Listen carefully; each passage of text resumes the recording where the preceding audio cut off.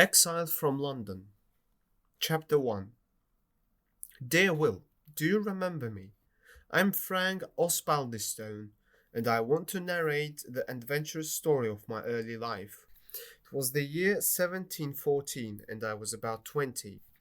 My father ordered me to come back from Bordeaux, France, where I worked, and to return to London.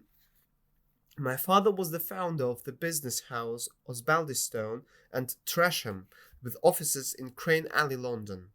He was a tall man, full of energy, with dark, penetrating eyes.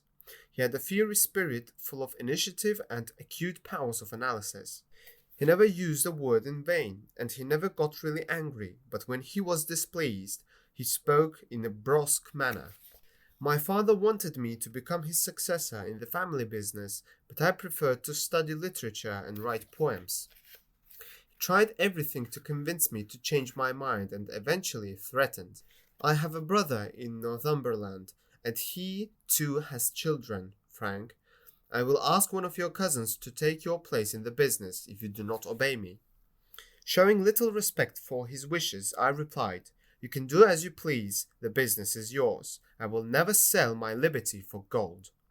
As I was very obstinate, in the end my father decided to send me to his brother at Osbaldistone Hall in the north of England. The following morning I took the road to York, mounted on a good horse and with 60 guineas in my pocket. I was sad, but I did not want to go back to London. I wanted to show my father that I was adult enough to decide for myself and that I was truly convinced of my decision. The journey was monotonous, but sometimes I had the opportunity to speak to different travellers, parsons, farmers, officers. We spoke of many different matters: taxes, markets, wars, and outlaws.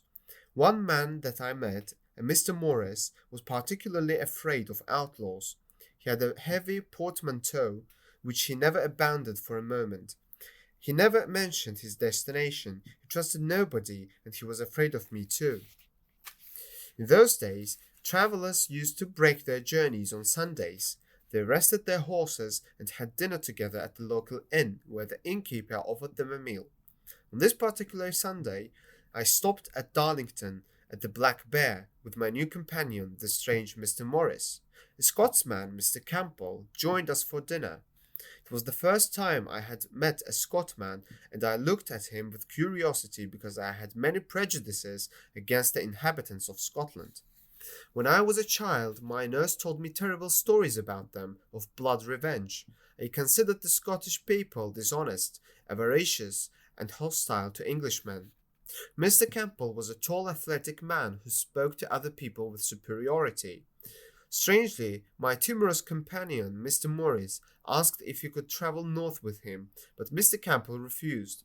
Your companion talks too much, he said. It's unsafe to stay where you are going in these troubled times.